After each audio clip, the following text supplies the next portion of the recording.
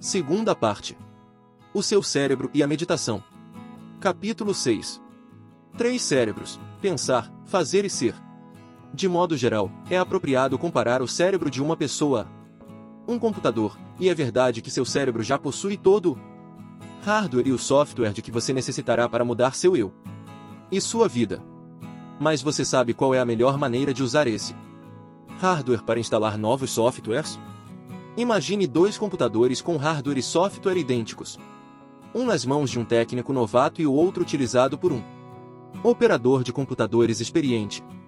O iniciante tem pouco conhecimento sobre os tipos de coisa que um computador pode fazer, que dirá como fazê-las.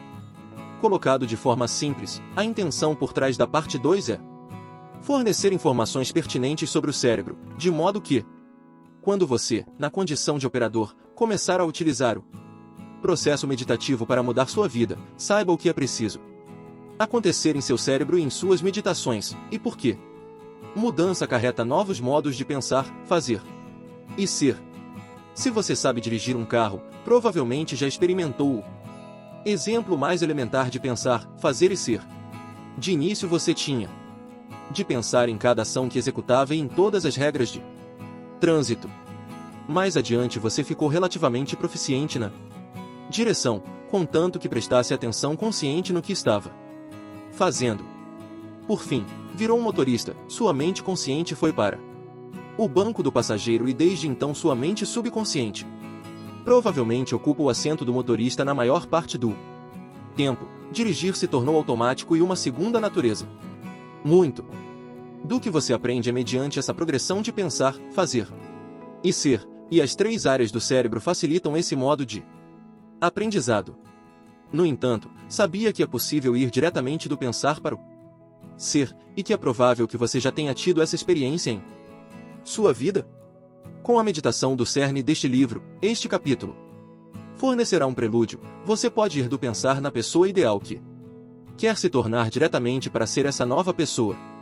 Essa é a chave da criação quântica. A mudança começa toda com o pensar. Podemos formar imediatamente novas conexões e circuitos neurológicos que refletem nossos novos pensamentos. E nada deixa o cérebro mais estimulado do que aprender, assimilar conhecimento e experiências. Esses são os afrodisíacos do cérebro. Ele dá afaga cada sinal que recebe dos 5 sentidos. A cada segundo, processa bilhões de bytes de dados, analisa, examina, identifica, extrapola, classifica e armazena informações que consegue recuperar para nós quando necessário. O cérebro humano é verdadeiramente o supercomputador definitivo deste planeta. Como há de recordar, a base para o entendimento de como você pode efetivamente mudar sua mente é o conceito de hardwiring. Como os neurônios se envolvem em relacionamentos habituais de longo prazo. Já comentei sobre o aprendizado hebbiano, que decreta células nervosas que disparam juntas, permanecem conectadas. Os neurocientistas acreditavam que, após a infância, a estrutura cerebral era relativamente imutável. No entanto, novas descobertas revelam que vários aspectos do cérebro e do sistema nervoso podem mudar estrutural e funcionalmente, incluindo o aprendizado, a memória e a recuperação de uma lesão cerebral ao longo da idade adulta. Mas o oposto também é verdadeiro. Células nervosas que não mais disparam juntas, não mais se conectam. Se você não usa, você perde. Você pode até enfocar o pensamento consciente para desconectar ou desligar conexões indesejadas. Assim, é possível soltar-se de alguns trecos a que você esteve preso e que influenciam seu modo de pensar, agir ou sentir. O cérebro reconectado não vai mais disparar de acordo com a circuitaria do passado. A dádiva da neuroplasticidade, a capacidade do cérebro de se reconectar e criar novos circuitos em qualquer idade como resultado do input do ambiente e de nossas intenções conscientes, é que podemos gerar um novo nível mental. Há uma espécie de foro antigo, que vem ao novo neurológico, processo que os neurocientistas denominam de aparar e brotar. É o que chamo de desaprender e aprender, que cria a oportunidade para ascendermos acima de nossas atuais limitações e sermos maiores do que nosso condicionamento ou circunstâncias. ao criar um novo hábito de sermos nós mesmos, estamos essencialmente assumindo o controle consciente do que se tornou um processo inconsciente de ser. Em vez de a mente trabalhar rumo a um objetivo, não serei uma pessoa furiosa, e o corpo rumo a outro, vamos continuar furiosos e permanecer banhados nas substâncias químicas familiares. Queremos unificar a intenção da mente com as respostas do corpo. Para fazer isso, devemos criar um novo modo de pensar, fazer e ser. Dado que para mudar nossas vidas temos primeiro que mudar nossos pensamentos e sentimentos, depois fazer alguma coisa. Mudar nossas ações ou comportamentos, para ter uma nova experiência, que por sua vez produz um novo sentimento, e então memorizar o sentimento até migrarmos para um novo estado de ser. Onde mente e corpo são unos, pelo menos temos algumas coisas que nos ajudam. Além de o cérebro ser neuroplástico, poderíamos dizer que temos mais de um cérebro com que trabalhar. Na verdade, temos 3 cérebros. Para os nossos propósitos, este capítulo limitará o foco às funções dos 3 cérebros relacionadas especificamente a quebrarmos o hábito de sermos nós mesmos. Como uma nota pessoal, constato que estudar o que o cérebro e os outros componentes do sistema nervoso fazem por nós é uma exploração interminavelmente fascinante.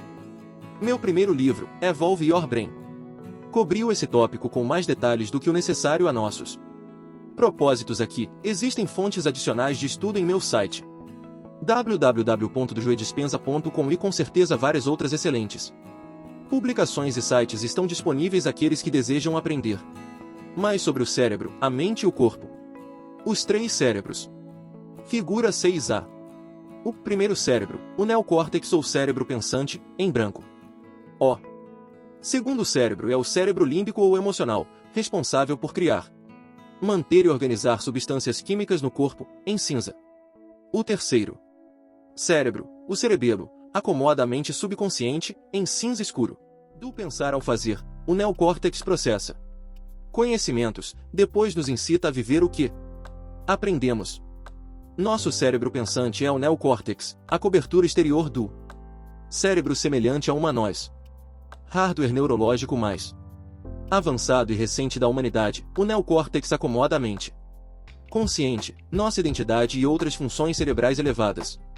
O lobo frontal, discutido em capítulos anteriores, é uma das 4 partes do neocórtex. Essencialmente, o neocórtex é o arquiteto ou designer do cérebro. Permite que você aprenda, lembre, raciocine, analise, planeje, crie, especule possibilidades, invente e se comunique. Como é a área onde se registram dados sensoriais, tais como o que se vê e ouve, o neocórtex conecta a realidade externa.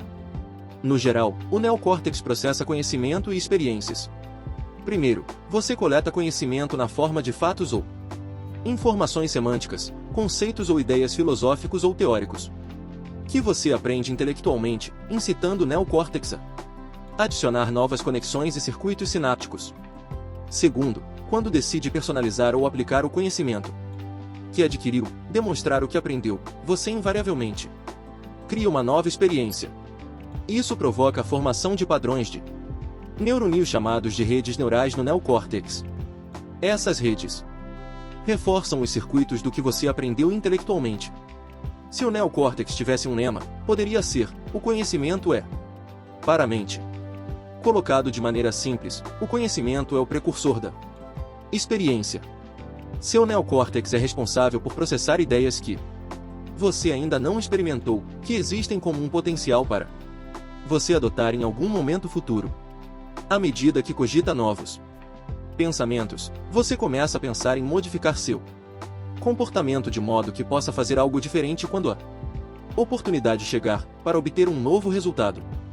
Quando você altera suas ações rotineiras e comportamentos típicos, algo diferente do normal deve acontecer, o que produzirá um novo evento para você experimentar. De novos eventos a novas emoções, o cérebro límbico produz substâncias para ajudar a lembrar das experiências. O cérebro límbico, também conhecido por cérebro mamífero, localizado sob o neocórtex, é a área mais desenvolvida e especializada do cérebro em mamíferos não humanos, golfinhos e primatas superiores. Pense no cérebro límbico como cérebro químico ou cérebro emocional. Quando você está no meio da nova experiência e seus sentidos enviam um fluxo rápido de informações correspondentes do mundo externo para o neocórtex, as redes neurais do neocórtex organizam-se para refletir o evento. Com isso, a experiência enriquece o cérebro ainda mais do que o novo conhecimento. No momento em que essas redes de neurônios disparam com um padrão específico da nova experiência, o cérebro emocional produz e libera substâncias químicas na forma de peptídeos. Esse coquetel químico tem uma assinatura específica que reflete as emoções que você está tendo no momento. Como você sabe? Emoções são o produto final das experiências. Uma nova experiência cria uma nova emoção, que sinaliza novos genes de novas formas. Com isso, as emoções sinalizam o corpo a registrar o evento quimicamente, e você começa a incorporar o que está aprendendo. No processo, o cérebro límbico ajuda na formação de memórias. De longo prazo, você consegue lembrar melhor de qualquer experiência porque consegue recordar como se sentiu emocionalmente enquanto o evento estava ocorrendo. O neocórtex e o cérebro límbico juntos nos permitem formar memórias declarativas, significando que podemos declarar o que aprendemos ou experimentamos. 22 Veja a figura 6b1 para mais informações sobre memórias declarativas e não declarativas. Você pode ver então como somos marcados emocionalmente por experiências extremamente carregadas. Todas as pessoas casadas conseguem contar onde estavam e o que faziam quando foram pedidas em casamento. Talvez estivessem saboreando uma ótima refeição na área ao ar livre de seu restaurante favorito, sentindo a brisa refrescante de um entardecer de verão e desfrutando o pôr do sol, embaladas pelo som de cordas de uma peça de Mozart tocando suavemente ao fundo, quando o acompanhante do jantar ajoelhou-se e ofereceu a caixinha preta. A combinação de tudo que estavam experimentando naquele momento fez com que se sentissem muito diferentes do eu normal. O equilíbrio químico interno típico que a identidade do eu dessas pessoas havia memorizado foi a nocaute com o que viram, ouviram e sentiram. De certa forma, elas despertaram dos estímulos ambientais rotineiros, familiares, que normalmente bombardeiam o cérebro e nos levam a pensar e sentir de modos previsíveis. Novos eventos nos surpreendem a ponto de ficarmos mais atentos ao momento presente.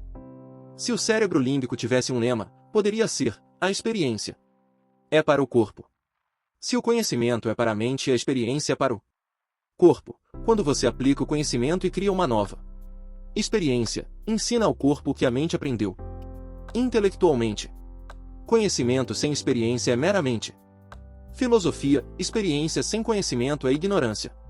Deve haver uma progressão. Você precisa obter conhecimento e vivenciá-lo, adotá-lo emocionalmente. Se você me acompanhou enquanto discuti como mudar sua vida, aprendeu como obter conhecimento e então agir para ter uma nova experiência, o que produz um novo sentimento.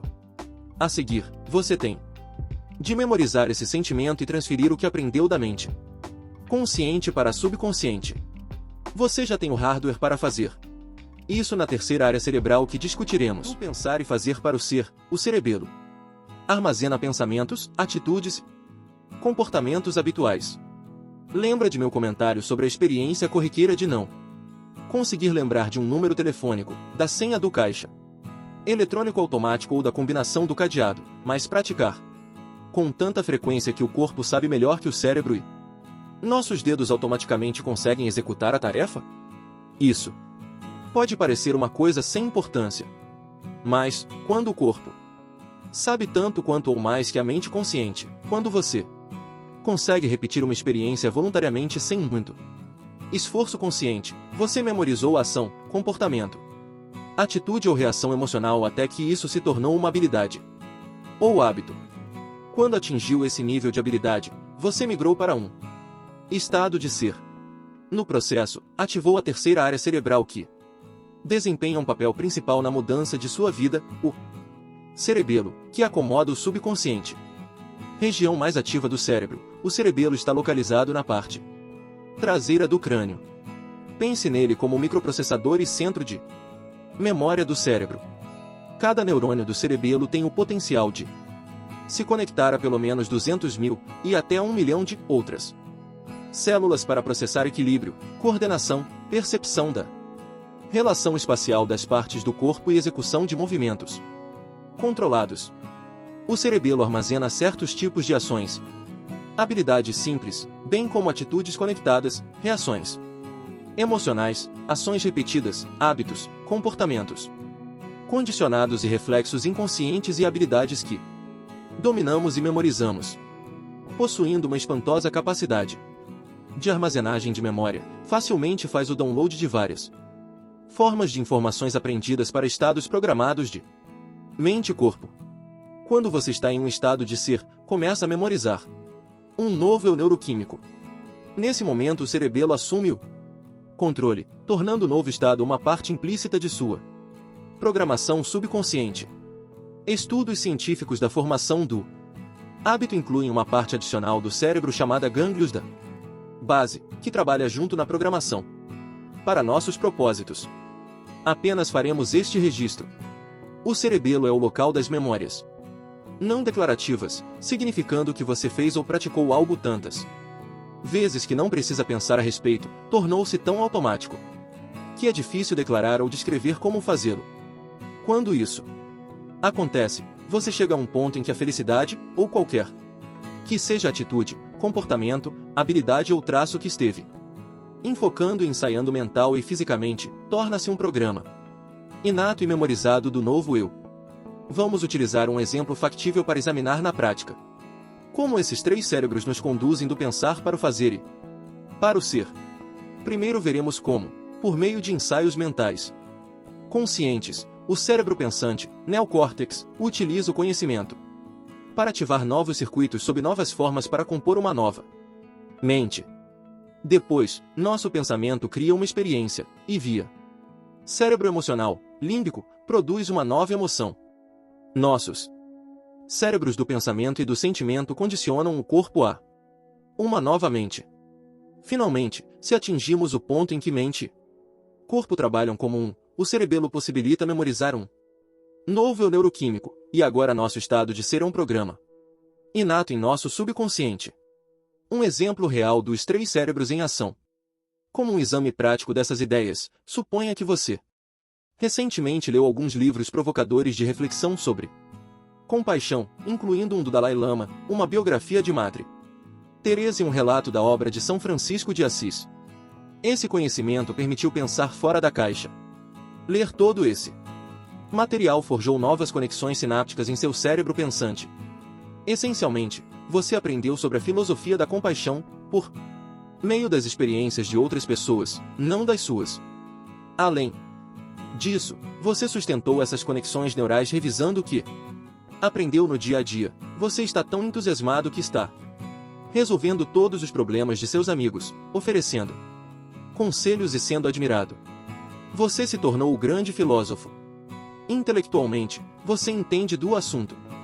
Enquanto está dirigindo do trabalho para casa, sua esposa liga para dizer que você foi convidado para jantar com sua sogra dali a 3 dias. Você sai da estrada e já está pensando na intensidade com que detesta sua sogra desde que ela magoou seus sentimentos há 10 anos. Logo tem uma imensa lista mental. Você jamais gostou do jeito opinioso dela, do modo como interrompe as outras pessoas, do cheiro, até da comida dela. Sempre que está perto dela, seu coração acelera, sua mandíbula enrijece, seu rosto e corpo ficam tensos, você fica nervoso e somente quer cair fora. Ainda sentado no carro, você lembra dos livros sobre a filosofia da compaixão e pensa no que aprendeu teoricamente. Então lhe ocorre, se eu tentar aplicar o que li nesses livros, talvez possa ter uma nova experiência com minha sogra. O que aprendi que posso personalizar para mudar o resultado desse jantar? Ao cogitar a aplicação desse conhecimento com sua sogra, algo maravilhoso começa a acontecer. Você decide não reagir com seu conjunto típico de programas automáticos. Em vez disso, começa a pensar em quem você não quer mais ser e em quem quer ser. Você se pergunta, como não quero me sentir e como não agirei quando haver. Seu lobo frontal começa a esfriar os circuitos neurais Conectados ao antigo eu, você está começando a desconectar ou podar aquele funcionamento como identidade do antigo eu. Você poderia dizer que, como seu cérebro não está disparando do mesmo modo, você não está mais criando a mesma mente. A seguir você revisa o que aqueles livros dizem para ajudar a planejar como você quer pensar, sentir e agir em relação à sogra.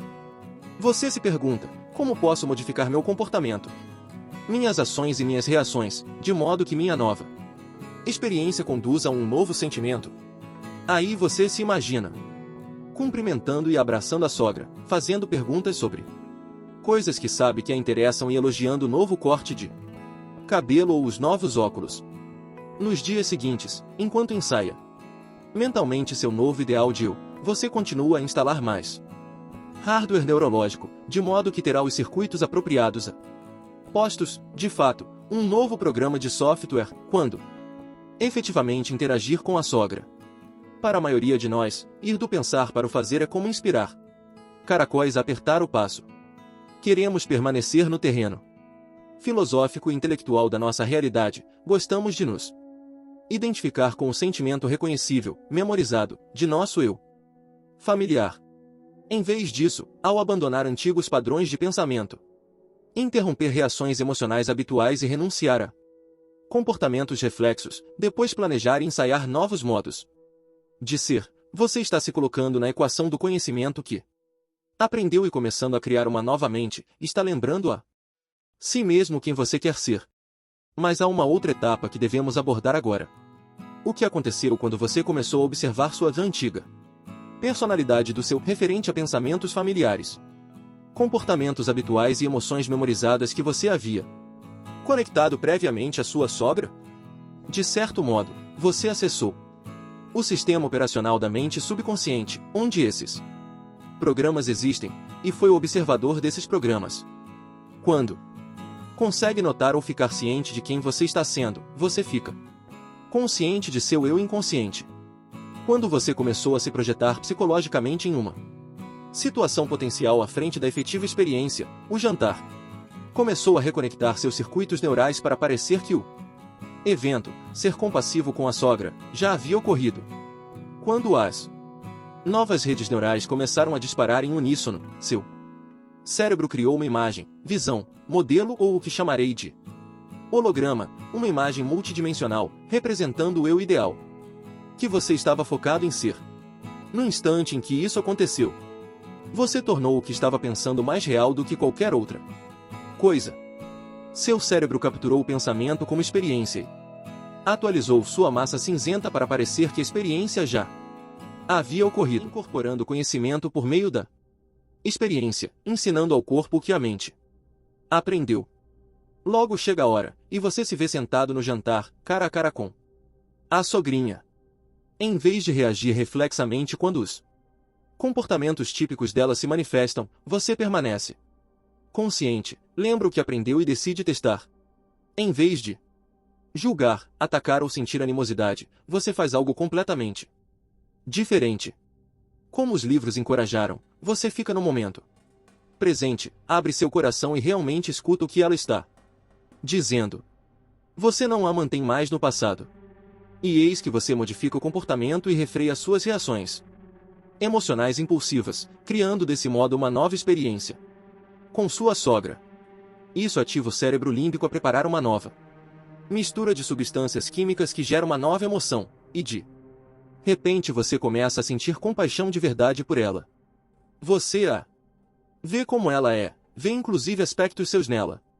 Seus músculos relaxam, você sente o coração se abrindo e respira profunda e espontaneamente. Você teve um sentimento tão maravilhoso nesse dia que ele perdura.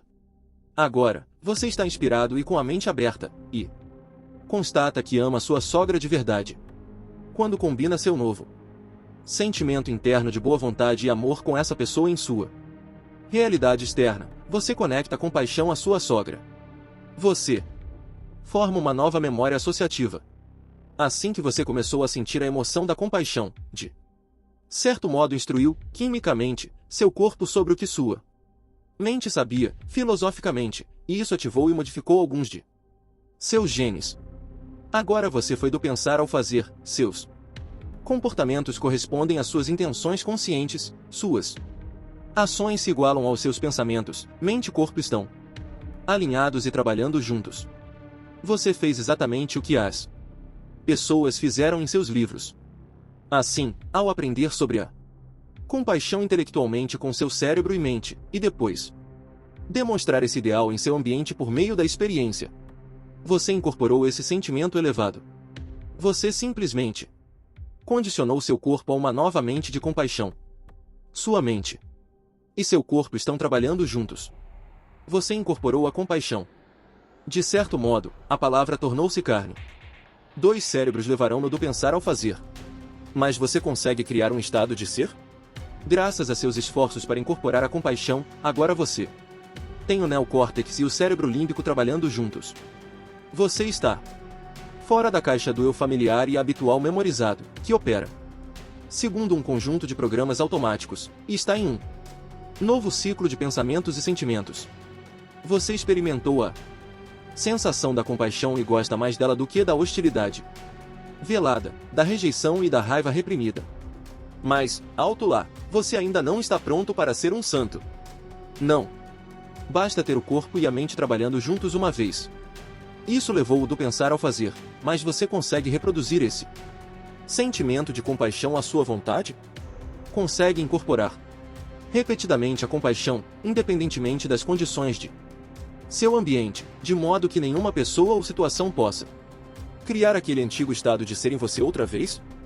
Caso não, você ainda não dominou a compaixão. Minha definição de domínio é quando nosso estado químico interno é maior do que qualquer coisa em nosso mundo externo. Você é um mestre quando se condicionou com pensamentos e sentimentos escolhidos, memorizou estados químicos emocionais desejados. Nada em sua vida externa o impede de atingir seus objetivos. Ninguém, nada e nenhuma experiência, a qualquer hora ou em qualquer lugar, deve interromper sua coerência química interna. Você consegue pensar, agir e sentir diferentemente sempre que quer.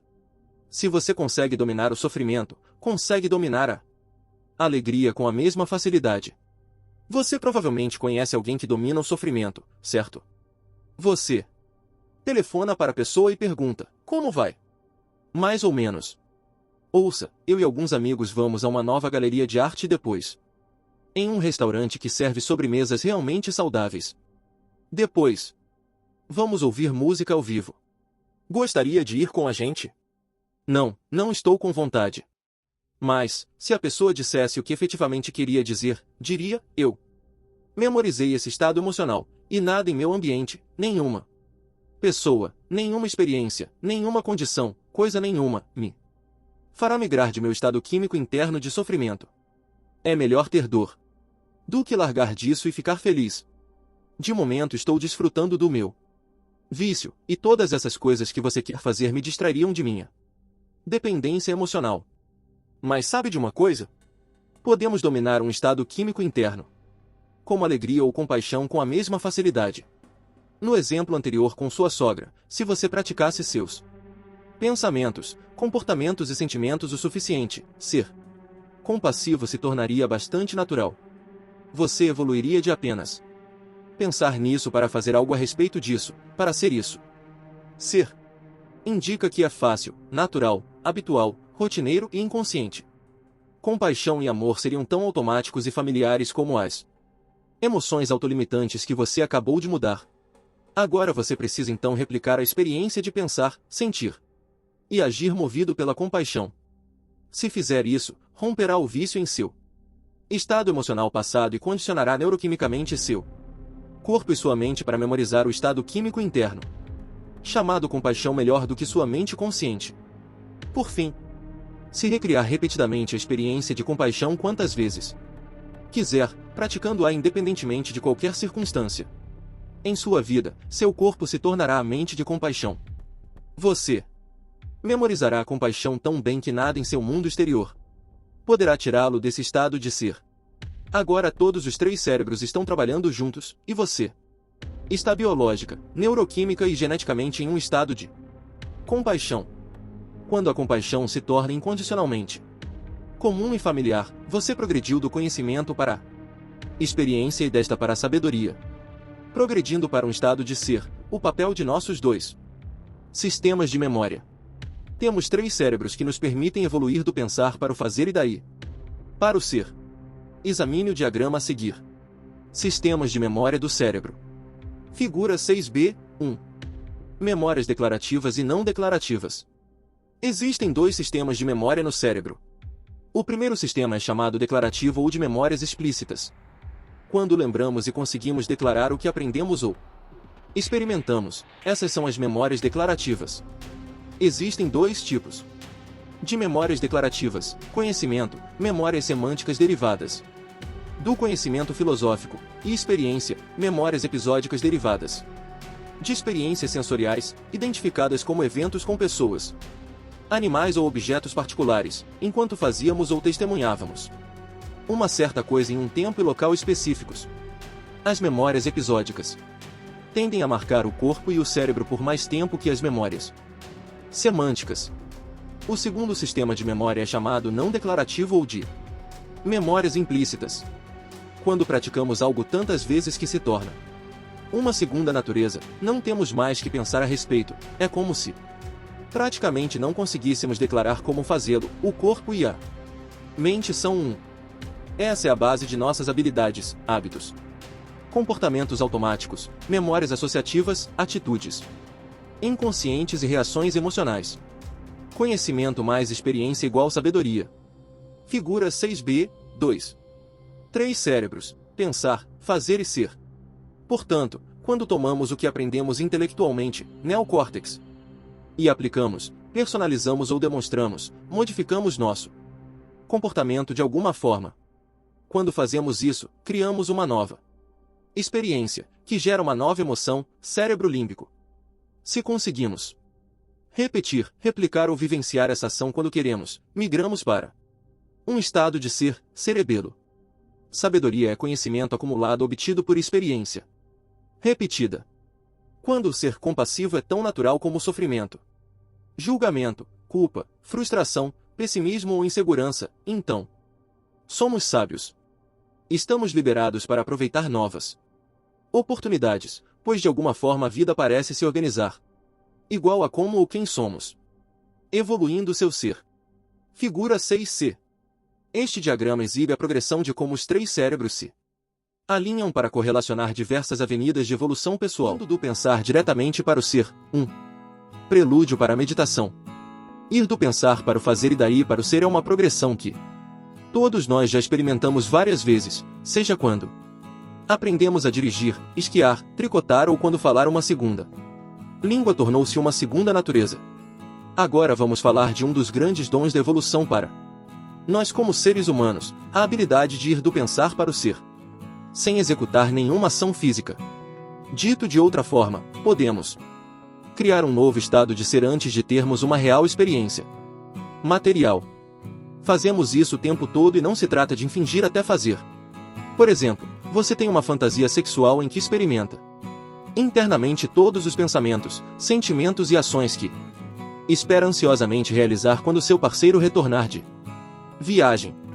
Você está tão presente na experiência interna que seu corpo é quimicamente alterado e responde como se esse evento futuro já estivesse acontecendo naquele exato momento. Você migrou para um novo estado de ser. De modo similar, quer esteja ensaiando mentalmente a palestra que irá dar, lembrando como irá lidar com a confrontação que precisará ter com seu colega de trabalho ou imaginando o que quer comer quando está realmente faminto, mas preso no trânsito, e em cada caso você está pensando naquilo com a exclusão de tudo mais, seu corpo começa a migrar para um estado de ser unicamente pelo pensamento. Tudo bem, mas até onde você pode levar isso? Graças unicamente a pensamentos e sentimentos você poder ser a pessoa que quer ser. Pode criar e viver uma realidade de sua escolha. Como fez minha filha quando vivenciou o trabalho de verão de seus sonhos. É nesse ponto que entra a meditação. As pessoas, como você, sabe, utilizam técnicas de meditação por muitos motivos. Neste livro, você aprenderá uma meditação especial concebida para um Propósito específico: ajudar a quebrar o hábito de ser você mesmo e se tornar aquela pessoa ideal que você deseja ser. No restante deste capítulo, conectaremos alguns dos conhecimentos abordados até agora com a meditação que você aprenderá em breve. Sempre que discutir meditação ou processo meditativo, estarei me referindo ao processo que será nosso foco na parte 3ª. A meditação nos permite mudar nosso cérebro, corpo e estado de ser. Mais importante, podemos fazer essas mudanças sem ter que executar nenhuma ação física ou ter qualquer interação com o ambiente externo. Pela meditação, podemos instalar o hardware neurológico necessário, que se tornará um programa de software, exatamente como aqueles pianistas fizeram.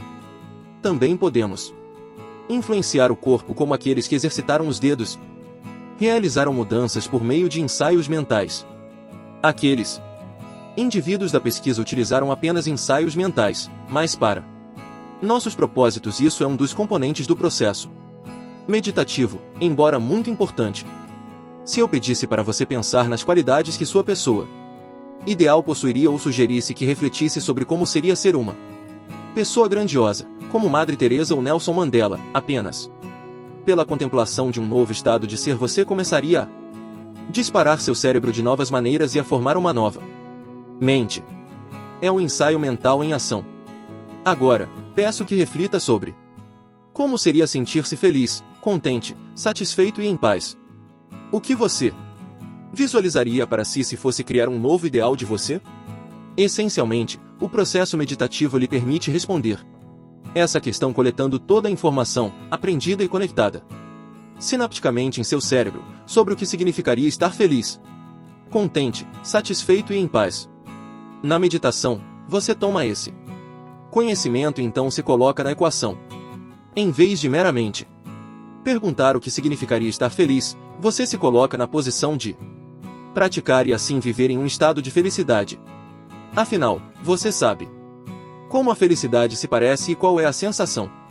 Você já teve experiências, já viu versões de felicidade de outras pessoas. Agora, você precisa fazer escolhas a partir desses conhecimentos, experiências para criar um novo ideal de si mesmo.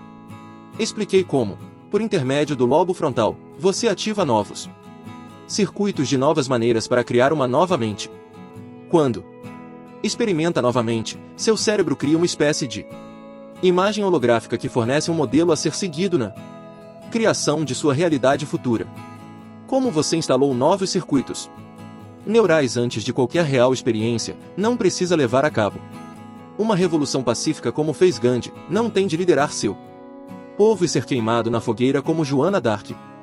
Você simplesmente tem de usar seus conhecimentos e experiências das qualidades de coragem e convicção para produzir um efeito emocional interior. O resultado será um estado mental. Produzindo repetidamente esse estado mental, ele se tornará familiar, e você estará conectando novos circuitos. Quanto mais frequentemente produzir esse estado mental, mais esses pensamentos passarão a ser a experiência. Uma vez que ocorra a transformação pensamento-experiência, o produto final será um sentimento, uma emoção. Quando isso ocorre, seu corpo, comumente inconsciente, não sabe a diferença entre um evento que ocorre na realidade física e as emoções criadas apenas pelo pensamento. Como alguém que está condicionando o corpo a uma nova mente, você constatará que seu cérebro pensante e o cérebro emocional agora trabalham juntos. Lembre-se de que pensamentos são para o cérebro e sentimentos para o corpo. Quando pensa e sente de modo específico como parte do processo meditativo, você está diferente de quando começou. Os circuitos recém-instalados, as alterações neurológicas e químicas produzidas por esses pensamentos e emoções alteram você de tal forma que existe evidência física no cérebro e no corpo mostrando essas mudanças. Nesse ponto, você migrou para um estado de ser. Você não está mais apenas praticando felicidade, gratidão ou o que seja, você está sendo agradecido ou feliz. Você pode gerar esse estado de corpo e mente todos os dias, pode reexperimentar continuamente um evento e produzir a resposta emocional à experiência de como se sentiria se fosse esse novo eu ideal. se consegue levantar da sessão de meditação e estar nesse novo estado de ser, alterado neurológica, biológica, química e geneticamente, você ativou essas mudanças antes de qualquer experiência e está mais propenso a agir e pensar de modo igual a quem você está sendo. Você quebrou o hábito de ser você mesmo. Do pensar para o ser. Figura 6D. Você pode ir do pensar para o ser sem ter que fazer nada. Se você está ensaiando mentalmente uma nova mente, chegará um momento em que o pensamento a respeito se tornará a experiência. Quando isso ocorrer, o produto final dessa experiência interior será uma emoção ou sentimento. Quando você consegue sentir como seria ser essa pessoa, seu corpo, como a mente inconsciente, começa a acreditar que está nessa realidade. Sua mente e seu corpo começam a trabalhar como um, e você está sendo aquela pessoa sem ter de fazer nada ainda. Ao migrar para um novo estado de ser apenas pelo pensamento, você ficará mais propenso a fazer e pensar coisas equivalentes a como você está sendo. Como um lembrete, quando você está em um novo estado de ser, uma nova personalidade, você também criou uma nova realidade pessoal. Deixe-me repetir isso. Um novo estado de ser cria uma nova personalidade. Uma nova personalidade produz uma nova realidade pessoal. Como você saberá se essa prática meditativa ativou seus 3 cérebros para produzir o efeito pretendido? Simples, você se sentirá diferente como resultado de investir no processo. Caso sinta-se exatamente como antes, se os mesmos catalisadores produzem as mesmas reações em você, então nada aconteceu no campo quântico. Seus mesmos pensamentos e sentimentos estão reproduzindo o mesmo sinal eletromagnético no campo. Você não mudou química, neurológica, geneticamente ou de qualquer outra maneira. Mas se eventualmente você levanta das sessões de meditação e se sente diferente de quando começou e consegue manter esse estado modificado de corpo e mente, então você mudou. O que você mudou internamente, um novo estado de ser que criou, agora deve produzir um efeito externo. Você transcendeu o modelo de causa e efeito do universo, aquele antigo conceito newtoniano de algo externo a você controlando os seus pensamentos, ações e emoções. Retornarei a esse ponto daqui a pouco. Você também saberá que sua meditação foi produtiva se algo inesperado e novo surgir em sua vida como resultado de seus esforços. Lembre-se, o modelo quântico afirma que, se você criou uma nova mente, um novo estado de ser, você tem uma assinatura eletromagnética alterada. Como está pensando e sentindo de maneira diferente, você está mudando a realidade. Juntos, pensamentos e sentimentos podem fazer isso, separados, não. Deixe-me lembrar novamente, você não pode pensar de um jeito, sentir de outro e esperar que qualquer coisa em sua vida mude. A combinação de seus pensamentos e sentimentos é seu estado de ser. Mude seu estado de ser e mude sua realidade. É aqui que os sinais coerentes realmente entram em cena.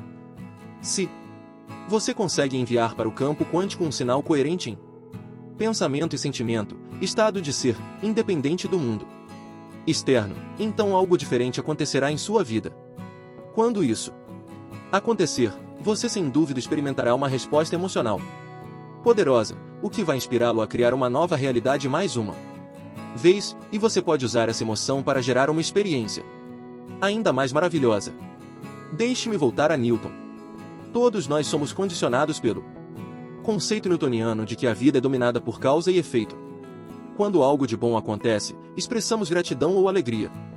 Assim, passamos a vida esperando que alguém ou algo fora de nós regule nossos sentimentos. Em vez disso, estou pedindo a você que assuma o controle. Inverta o processo. Em vez de esperar que uma ocasião provoque um certo sentimento, crie o sentimento antes de qualquer experiência no reino físico. Convença seu corpo emocionalmente de que uma experiência geradora de gratidão já ocorreu. Para fazer isso, você pode escolher um potencial no campo quântico e contatar como se sentiria se estivesse experimentando. Estou pedindo que use pensamentos e sentimentos para se colocar no lugar do futuro eu, desse possível você, tão vividamente que comece a condicionar emocionalmente seu corpo a acreditar que você é essa pessoa agora. Quando você abre os olhos após a sessão de meditação, Quem você quer ser? Como se sentiria sendo o eu ideal ou tendo a experiência desejada? Para quebrar totalmente o hábito de ser você mesmo, diga adeus ao conceito de causa e efeito e adote o modelo quântico de realidade. Escolha uma realidade potencial que queira, viva-a em pensamentos e sentimentos e agradeça antes do evento concreto. Você consegue aceitar a ideia de que, quando altera seu estado interno, não precisa que o mundo externo dê uma razão para sentir alegria, gratidão, apreciação ou qualquer outra emoção elevada. Quando seu corpo experimenta o evento que ocorre naquele momento e ele parece real, baseado unicamente naquilo em que você está focado mentalmente e sentindo emocionalmente, você está experimentando o futuro agora. No momento em que está. Nesse estado de ser, presente na experiência e naquele momento. Do agora, você está conectado a todas as realidades possíveis existentes no campo quântico. Lembre-se de que, se você está no passado ou no futuro, baseado em emoções familiares ou na antecipação de algum efeito, não tem acesso a todas as possibilidades contidas no campo quântico. O único meio de acessar o campo quântico é estar no agora. Tenha em mente que isso não pode ser apenas um processo intelectual. Pensamentos e sentimentos devem ser coerentes. Em outras palavras, essa meditação exige que você desça uns 25 centímetros desde a cabeça e vá para o coração. Abra o coração e pense como seria se você incorporasse uma combinação de todos os traços que admira e que compõem seu eu ideal. Você pode objetar que não pode saber como se sentiria porque jamais experimentou como seria ter esses traços e ser esse eu ideal.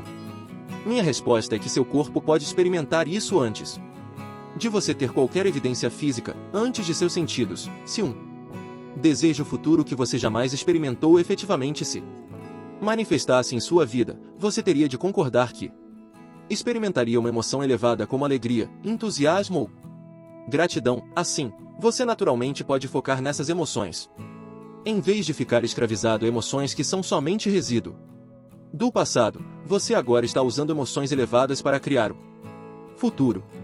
As emoções elevadas de gratidão, amor, etc. têm uma frequência mais alta que ajudará você a migrar para um estado de ser em que pode sentir como se os eventos desejados tivessem realmente ocorrido. Se você está em um estado de grandeza, então o sinal que envia para o campo quântico é que os eventos já se passaram.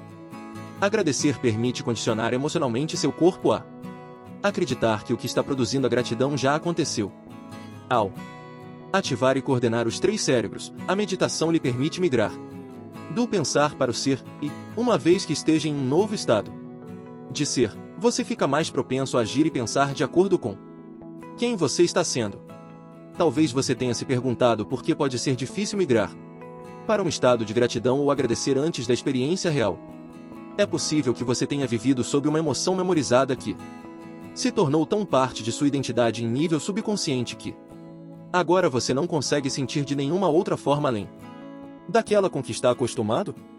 Caso seja assim, talvez sua identidade tenha se tornado uma questão de como você se parece no mundo no exterior, para distraí-lo e alterar como se sente por dentro.